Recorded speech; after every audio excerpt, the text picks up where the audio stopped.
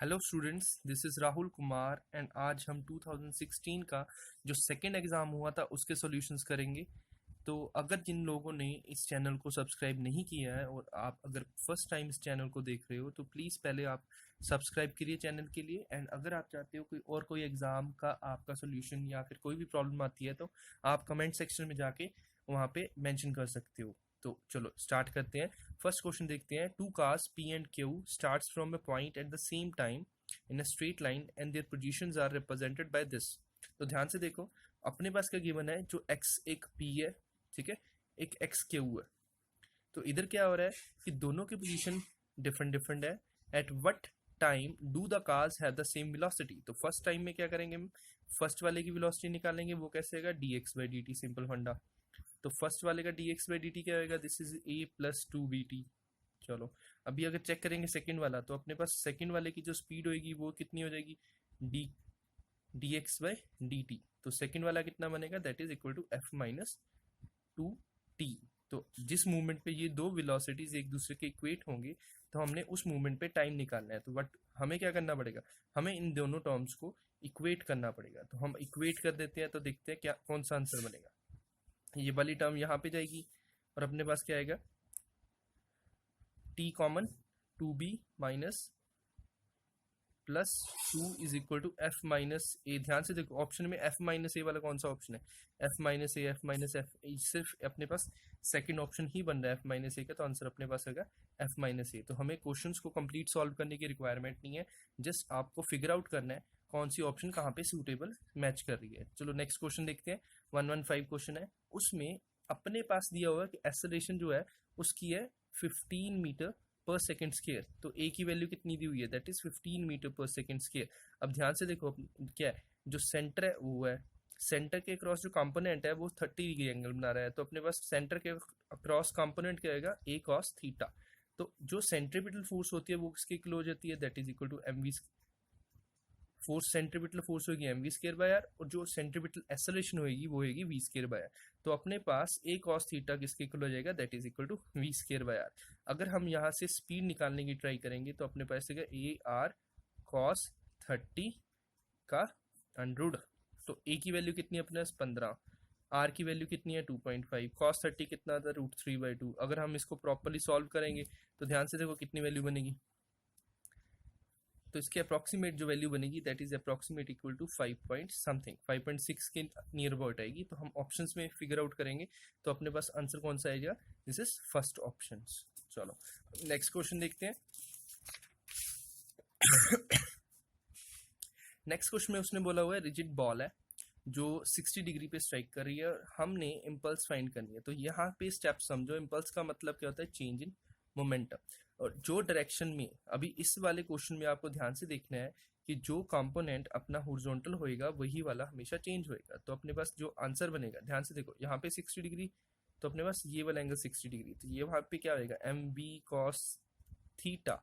तो यहाँ पे जो होएगा that is M we cos theta. Similarly जो अपना हॉरिजॉन्टल कंपोनेंट लेफ्ट साइड को जाएगा वो भी again m we cos theta ही होगा। तो आपको यहाँ पे याद रखना है इस चीज को कि जो कंपोनेंट एक बार हॉरिजॉन्टल में है वही कंपोनेंट दूसरा चलेगा। तो अपने पास चेंज इन मोमेंटम या इंपल्स कितना आएगा, that will be equal to 2mv cos theta, because एक लेफ्ट साइड पे जा रहा है एक राइट साइड पे जा रहा है। तो दोनों का डिफरेंस क्या होगा, that will be sum of this. तो अपने पास अगर वैल्यू पुट करूंगा तो मेरे पास क्या आएगा, cos थीटा cos 60 कितना होता है 1/2। तो अपने पास आंसर कितना बन जाएगा, that is equal to m into V. तो हमें आंसर मिलेगा इसका थर्ड ऑप्शन। चलो नेक्स्ट क्वेश्चन देखते हैं। अब बुलेट है जो 10 ग्राम की है, हॉरिजॉन्टल मूव कर रही है, स्पीड कितनी है 400 मीटर पर सेकंड। एक वुडन ब्लॉक जिसका मास अपने पास गिवन है 2 kg तो वहां पे स्ट्राइक कर रही है। तो हो क्या रहा है कि centre of gravity 10 centimetre shift कर गई जब अपने पास बुलेट वहां से टच करके निकली। तो हो यहाँ पे डायग्राम ड्रॉ कर रहा हूं मैं इसकी क्वेश्चन की, आप क्वेश्चन को ध्यान से देखो कि यहाँ पे एक ब्लॉक था, बुलेट आई, बुलेट 10 ग्राम की थी, उसकी अपने पास स्पीड थी 400 मीटर पर सेकेंड। ये बुलेट जब यहाँ पे स्ट्राइक की तो इसके अंदर इम्बेड होगी, तो इसको कुछ कंपोनेंट इसका ऊपर लेके चलेगी, कंपोनेंट ऊपर लेके, उसके बाद यहाँ से बाहर निकल गई। हमने यहाँ पे स्पीड की फाइंड करनी है। अगर ये वाला पोर्शन अपना टोटल का टोटल 10 सेंटीमीटर शिफ्ट किया। तो यहाँ पे हमें simple conservation of energy principal लगाना पड़ेगा।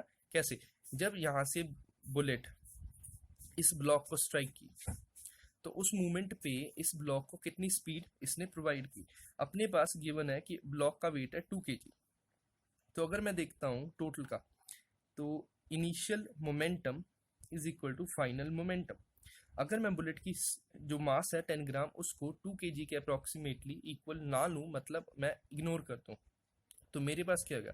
पहले अपने पास है 10 ग्राम, स्पीड कितनी है 400 इज इक्वल टू, बाद में कितना 2 kg, स्पीड समथिंग है।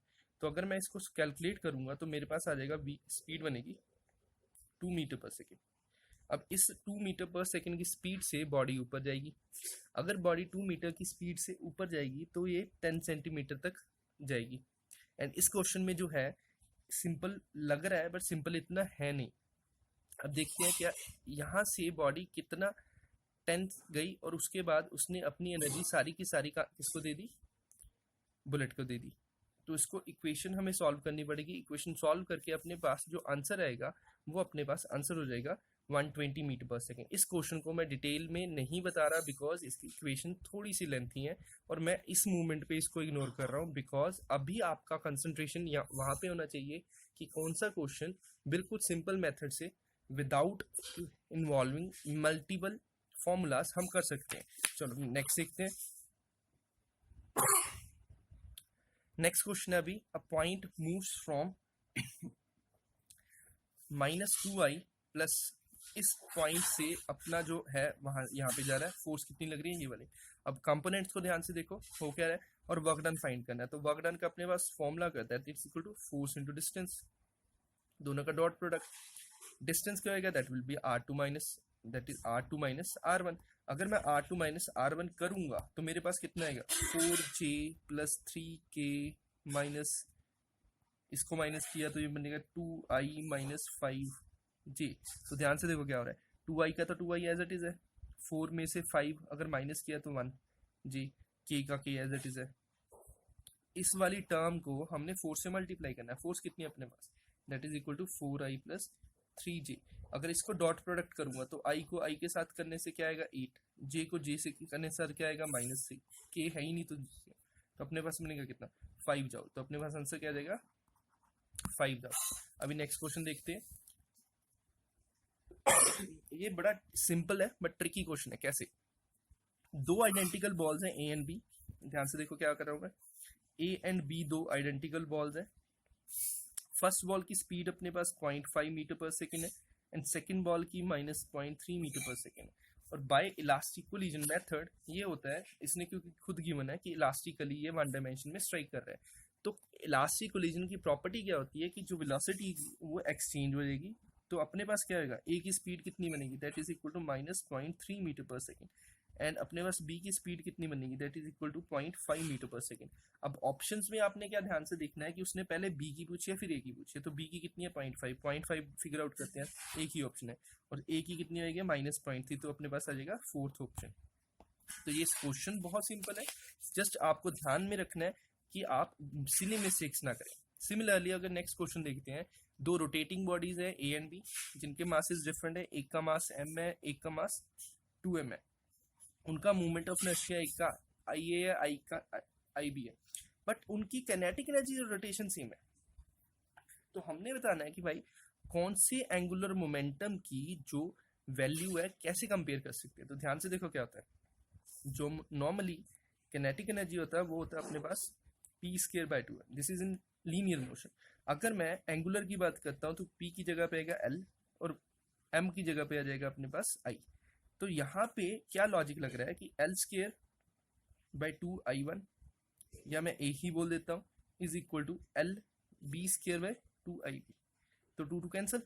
ध्यान से देखो, अब उसने खुद बोला है कि भाई आई बी जो है वो आई ए से ज्यादा है। तो कॉमन सेंस क्या कहती है, अगर राइट साइड लेफ्ट से ज्यादा है डिनोमिनेटर वाली, तो भाई एल बी एल ए से तो ज्यादा ही होएगा ना। तो अपने पास आंसर कौन सा बनेगा? अपने पास सिर्फ एक आंसर बनेगा जिसमें दिया हुआ है कि एल बी एल ए से ज्यादा है, बिकॉज आई बी आई ए से ज्यादा है तो एल बी एल ए से ज्यादा होगा।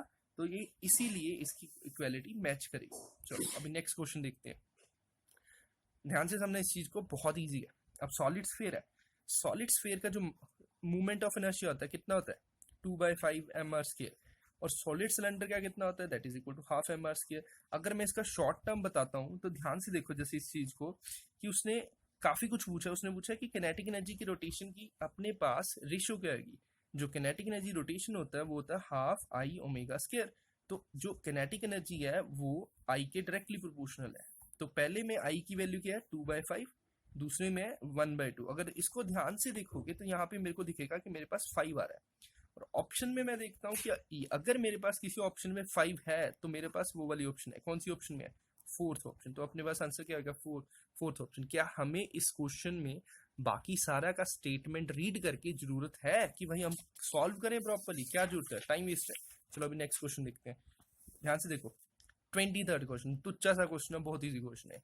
अगर हम स्टार्टिंग से स्टार्ट करते हैं ग्रेविटी के बारे में, तो ग्रेविटी में क्या फॉलो अप होगा, जो स्टार्टिंग में होगा that is g is proportional to distance from the centre.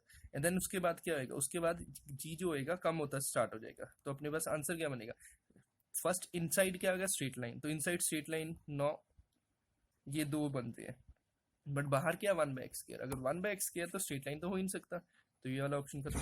तो अपने पास बना क्या, सिर्फ और सिर्फ फोर्थ ऑप्शन। तो ध्यान से समझो इस बात को कि जो सेंटर के बीच में होता है, सेंटर से अगर हम सॉलिड स्फीयर की तरफ मूव करते हैं तो अपना ग्रेविटी जो होता है वो डिस्टेंस से डायरेक्टली प्रोपोर्शनल होता है। और जैसे ही हम आउटसाइड मूव करते हैं तो 1/x² होता है। अभी यही सेम फंडा इलेक्ट्रिक फील्ड, मैग्नेटिक फील्ड के लिए वैलिड होगा। और इसके लिए अब हम क्या बोलेंगे, अगर इलेक्ट्रिक फील्ड और मैग्नेटिक फील्ड को ये वाला क्वेश्चन सॉलिड स्फीयर का या अर्थ की सरफेस का आ जाता है तो अपने पास एक ही ऑप्शन बनेगा, दैट इज 10। बिकॉज यहाँ पे क्या स्ट्रेट लाइन होनी चाहिए और बाद में क्या होना चाहिए, दिस इज कॉल्ड हाइपरबोला। अभी नेक्स्ट वाला क्वेश्चन देखो। अब नेक्स्ट वाले क्वेश्चन में 2 मेथड है। एक तो मेथड ये बनता है कि भाई हम प्रॉपर सॉल्व करें, और सॉल्यूशन आपने देखा ही होगा, आप कर सकते हो। बट हाँ, अगर आप मेरी वीडियो देख रहे हो तो मैं आपको कभी भी सोल्यूशन मिनिमम बताने की ट्राई करूंगा। तो स्टेप समझो। अभी उसने क्या बोला है, रॉड है जिसकी लेंथ अपने पास L गिवन है। यहाँ पे 2 मासेस पड़े हैं, M1 M2। The movement of inertia of the system about the axis perpendicular to centre of mass. अगर सेंटर ऑफ मास है तो सोच के देखो भाई, सेंटर ऑफ मास क्या होता है, M1 R1 plus M2 R2 over M1 plus M2 ब्ला ब्ला ब्ला। अभी ध्यान से समझो इस बात को कि अगर मैं क्वेश्चन देखता हूँ, क्या यहाँ पे पॉसिबल है कि सेंटर ऑफ मास यहाँ पे होगा, नॉट पॉसिबल। प्लस में भी नहीं हो सकता। और इस इक्वेशन को देखता हूँ तो मेरे पास ऑप्शन क्या बनता है, either it would be 4, either it would be 3। अगर आपकी ऑब्जर्वेशन स्ट्रॉन्ग है तो जहां पे भी सेंटर ऑफ मास की बात की जाती है वहां पे आंसर अपने पास 2 चीजों का प्रोडक्ट देन डिवाइड में प्लस आता है। तो आपके पास आंसर क्या बनेगा, थर्ड ऑप्शन। चलो, और इस अगर ये वाला मेथड फॉलो करोगे तो आपको काफी हद तक क्वेश्चंस बहुत बहुत इजीली मिल जाएंगे। अभी नेक्स्ट क्वेश्चन देखते हैं। ये वाला भी बहुत इजी है। कैसे इजी है, उसने बोला है कि सैटेलाइट है जिसका मास m है, वो अर्थ के आगे पीछे घूम रहा है भाई, रोटेट कर रहा है। अगर सैटेलाइट रोटेट कर रहा है तो उसकी टोटल एनर्जी क्या होगी, that is equal to half of potential energy. ये तो पता ही होगा सभी को। पोटेंशियल एनर्जी का फॉर्मूला क्या होता है, -G/m/r प्लस h।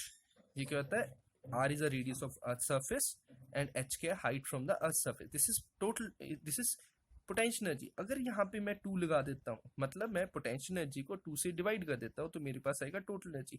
अब ध्यान से देखो कौन से ऑप्शन में अपने पास ये वाला गिवन है कि टर्म नेगेटिव में हो, तो अपने पास पॉजिटिव वाली टर्म तो वैसे ही कैंसिल होगी। तो अपने पास क्या बना, ये वाला पोर्शन और ये वाला पोर्शन।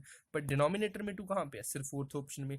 तो क्यों मैं सॉल्व करूँ भाई, जब मेरा आंसर सिंपल मेथड से आ रहा है तो मेरे को सॉल्व करने की क्या जरूरत है। चलो अभी नेक्स्ट क्वेश्चन देखो, 125। A rectangular film of liquid is extended from this to this. अब यहाँ पे एरिया कितना है, दिस इज 8 सेंटीमीटर स्क्वायर। यहाँ पे एरिया कितना है, दिस इज 20 सेंटीमीटर स्क्वायर। उसने क्या पूछा है कि वर्क डन कितना, वर्क डन गिवन है तो सरफेस टेंशन बतानी है। अभी एक पॉइंट को याद रखना, अगर आपके पास वाटर की बात की जाती है तो वाटर की सरफेस टेंशन होती है 72 डाइन पर सेंटीमीटर। और मैंने बहुत सारे क्वेश्चंस में ऑब्जर्व किया है कि यही वैल्यू बार बार रिपीट हो रही है, चाहे जितना मर्जी लेंथी क्वेश्चन आपका हो। तो यहाँ पे देखते हैं हम, तो अपने पास जो वर्क डन का फॉर्मूला होता है वो क्या हो जाता है, T delta I. But since यहाँ पे क्या बोल रहा है वो, rectangular film of the liquid, जब फिल्म ऑफ लिक्विड होगी वो अपने पास डबल सरफेस बनाएगी। डबल सरफेस क्यों बनाएगी, बिकॉज हम बोलते हैं कि लिक्विड का जो बबल होता है वो डबल सरफेस ही बनाता है। तो अगर हम यहाँ पे वैल्यू पुट करते हैं तो अपने पास टी की वैल्यू चाहिए। टी का क्या बनेगा, W/2 डेल्टा ए। W कितना है, 3 × 10⁻⁴। डेल्टा ए कितना है, 20 में से 8 माइनस किए विल गेट 12। तो 3 से 12 कितना आएगा, 1/4। तो अगर 1/4 की टर्म आती है तो मेरे पास कितना आता है, ध्यान से समझो, अगर मेरे पास 1/4 आएगा तो 1/4 कितना होता है, दैट इज इक्वल टू 25।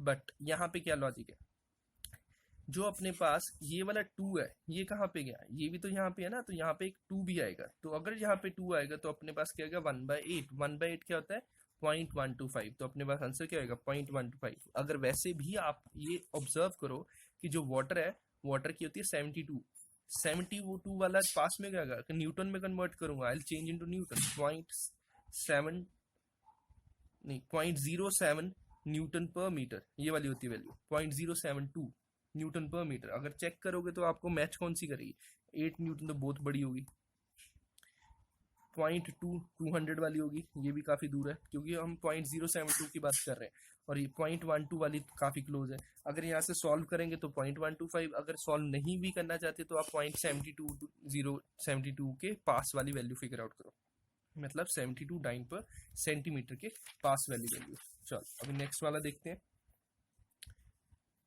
अब इस क्वेश्चन को थ्योरेटिकली हम एक्सप्लेन करेंगे कि अगर अपने पास दो बॉडीज हैं सेम मटेरियल की बनी हुई हैं, और यहाँ पे अपने पास यहाँ पे 0 डिग्री है, यहाँ पे अपने पास 100 डिग्री है, और उसने बोला है जो स्पेसिफिक हीट है मटेरियल की, जैसे जैसे टेम्परेचर बढ़ रहा है वैसे वैसे ही उसकी स्पेसिफिक हीट भी बढ़ रही है।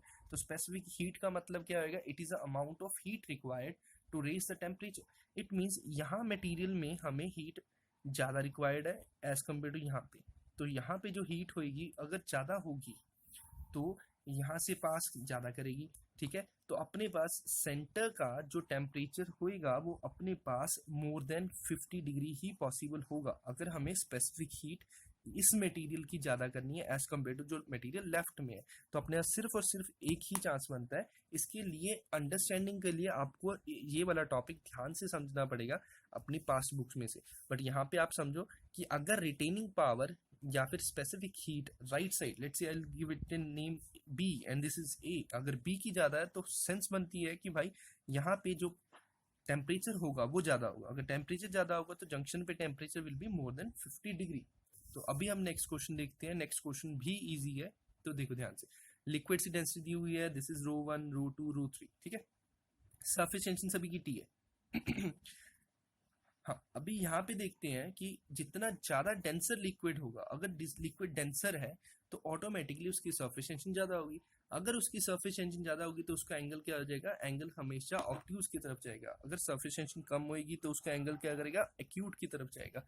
ये वाला इफेक्ट थोड़ा सा आपको ऑब्जर्व करना पड़ेगा कि अगर अपने पास लिक्विड ज्यादा डेंसर होगा तो लिक्विड ऊपर नहीं जाएगा, अगर ऊपर नहीं जाएगा तो एंगल विल इंक्रीज। तो यहाँ पे देखो, अगर जहां पे डेंसिटी जिसकी ज्यादा है उसका एंगल क्या होगा, ज्यादा एंगल हो जाएगा। तो अपने पास अगर चेक करते हैं फॉर्मूला वाइज भी देख लेते हैं, T is equal to H is equal to 2T cos theta by R rho जी।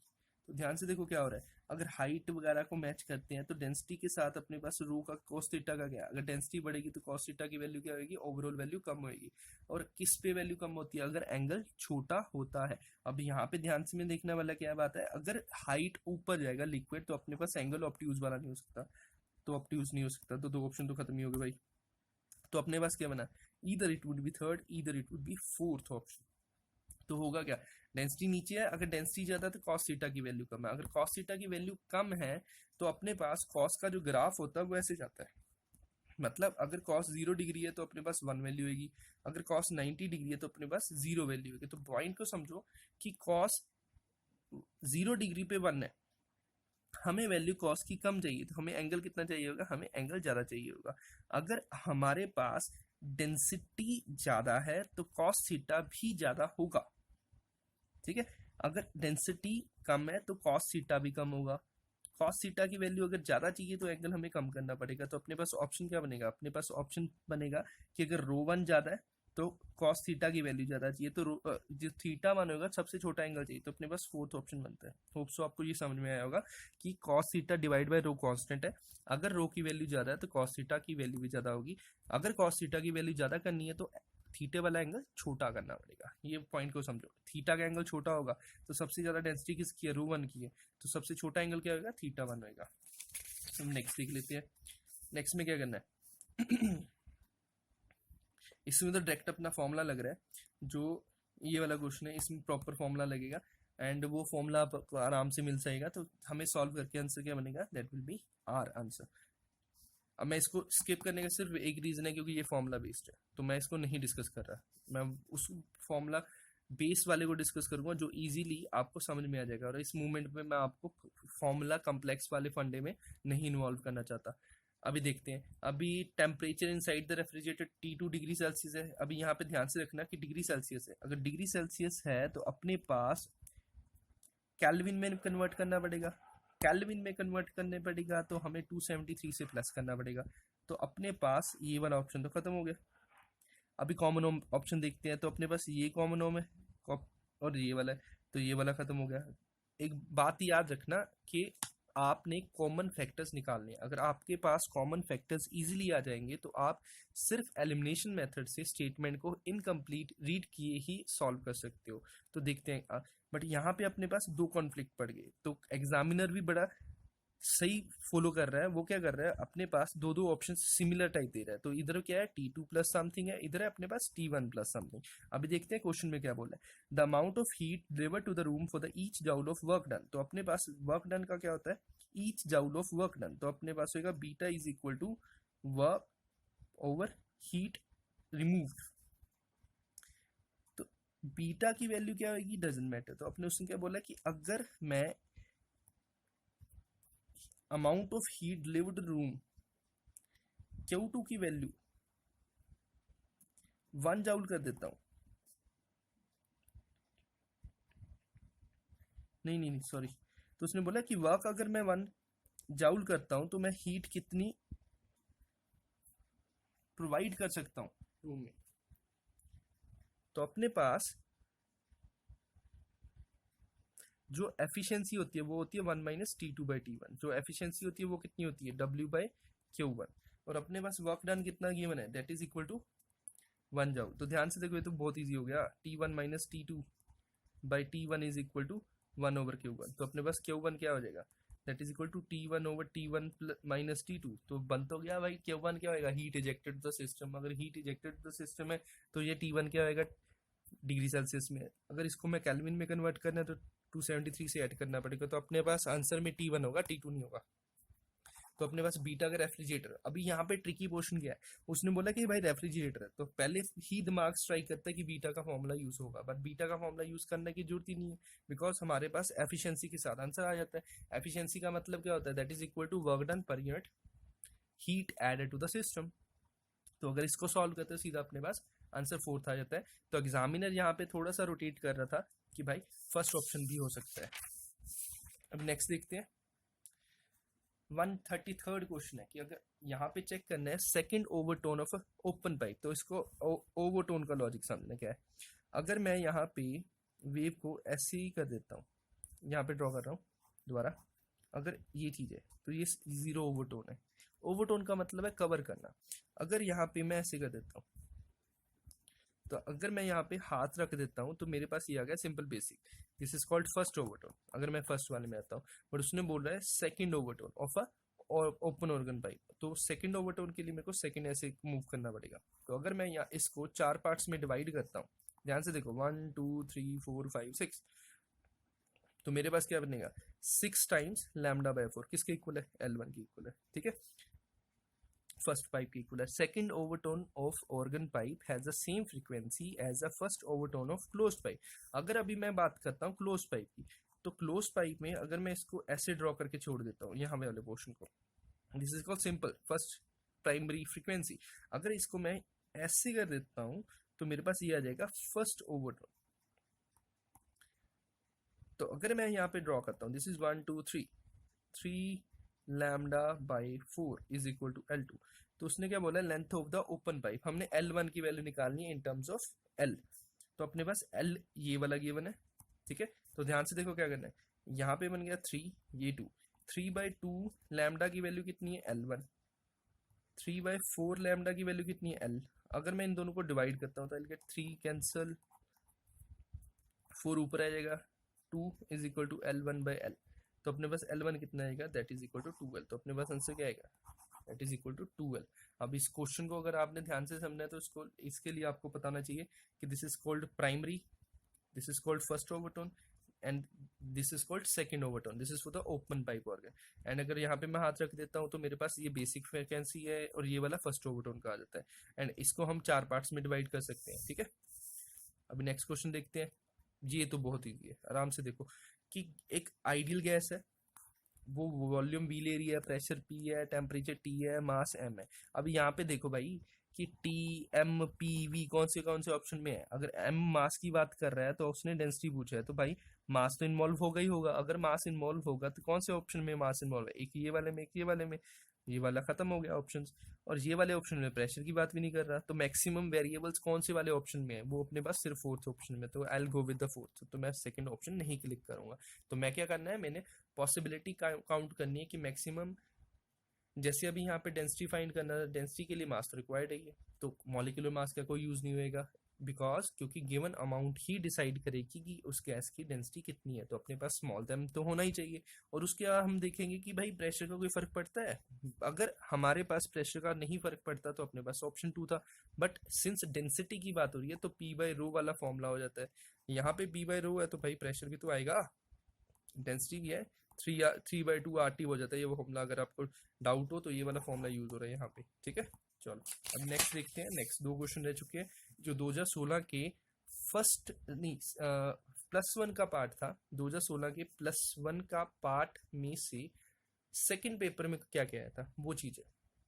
अभी 132 क्वेश्चन को रीड करो, सिंपल है, कोई डिफिकल्ट नहीं है। अगर a body of mass m is attached to a lower end of the spring whose upper end is fixed, the spring has negligible mass। अगर spring की बात करते हैं तो spring के लिए अपने पास टाइम पीरियड होता है 2π√m/k।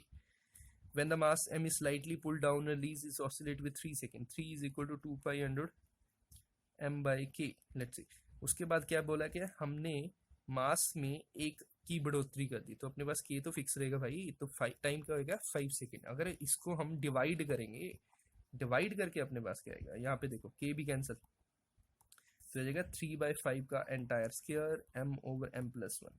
अगर मैं इसको स्क्वायर करता हूँ गेट 9/25 m/m+1। अपने ऑप्शन में 9/25 का लॉजिक लगेगा। अगर मैं क्रॉस मल्टीप्लाई करता हूँ 9m+9 is equal to 25m, तो यहाँ से माइनस करता हूँ तो 9 इज इक्वल टू 16m, तो m की वैल्यू कितनी आएगी 9/16। तो अपने पास आंसर क्या आएगा, दैट इज इक्वल टू 9/16। ये वाला क्वेश्चन था जो आपको सॉल्व करना पड़ेगा, बट नेक्स्ट वाला नहीं करना पड़ेगा। क्यों नहीं करना पड़ेगा, उसने बोला है 3 sound waves of equal amplitudes, एक की फ्रीक्वेंसी इतनी है, एक की n है, एक n की +1 है। अगर वो सुपर इम्पोज करके बीट्स दे रही है तो नंबर ऑफ बीट्स पर सेकंड कितनी प्रोड्यूस होगी। अभी यहाँ पे क्या सेंस रखनी है हमने कि भाई मैक्सिमम पॉसिबल डिफरेंस कौन सा है। अगर n-1 और n+1 के बीच में देखेंगे तो कितना पॉसिबल है, दैट इज 2। तो अपने पास 2 वाला ऑप्शन हो सकता है, तो आई विल गिव इट 2। तो हमने क्या देखना है, मैक्सिमम पॉसिबल आंसर। अभी नेक्स्ट वीडियो में मैं 2016 का +2 वाला पार्ट अपलोड करूंगा, तो आप उसको देख सकते हो एक दिन के बाद ही। Thank you guys.